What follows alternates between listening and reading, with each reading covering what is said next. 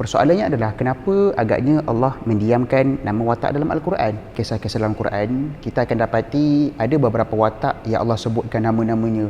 Antaranya nama Nabi sebagai contoh Nabi Musa, Nabi Isa dan beberapa nama-nama Nabi yang lain. Tetapi kalau kita lihat pada beberapa tempat kisah-kisah yang lain, kita akan dapati Allah mendiamkan nama watak yang sebenar. Sebagai contoh Zulkarnain. Zulkarnain bukan nama sebenar. Zulkarnain adalah gelaran yang Allah berikan kepada seorang tokoh, itulah seorang raja yang telah pun mengembara ke timur dan ke barat. Persoalannya adalah kenapa agaknya Allah mendiamkan nama watak dalam Al-Quran.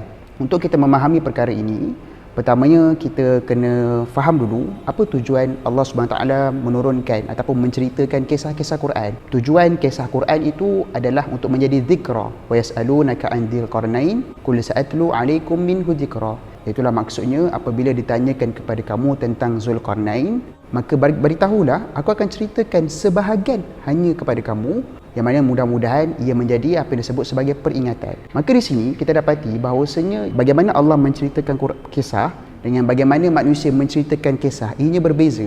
Allah fokus kepada menceritakan kisah yang hanya akan mendapat manfaat kepada zikra. Sedangkan bila kita manusia, kita nak cerita semua benda yang mana akhirnya kesannya adalah apa? Kita tak tahu dah kita nak fokus kepada apa sebenarnya ni. Dan Allah SWT beri tahu kepada kita fokus kepada perkara-perkara penting ini yang mana mudah-mudahan ia akan membantu kepada menambah value kita. Sebagai contoh, kalau kita lihat dalam cerita Zulkarnain, Allah tak cerita tentang perincian sebagai contoh dia pergi ke negara mana, dia berjumpa dengan kaum siapa. Tapi Allah cerita tentang apa sifat dan peribadi yang ada pada Zulkarnain. Supaya apa? Supaya kita dapat nilai dan value tersebut. So, kenapa Allah SWT merahsiakan nama watak-watak tertentu dalam Al-Quran? Supaya kita tidak melihat itu kisah orang lain. Supaya kita juga boleh lihat kalau saya ada peribadi dan nilai yang sama seperti Zulkarnain, maka saya juga seperti apa yang Allah rakamkan dalam kisah dalam Al-Quran itu. Ia bukan semata-mata kisah Zulkarnain, ia boleh jadi kisah kita jika kita mengulang nilai yang sama yang dilakukan oleh Zulkarnain.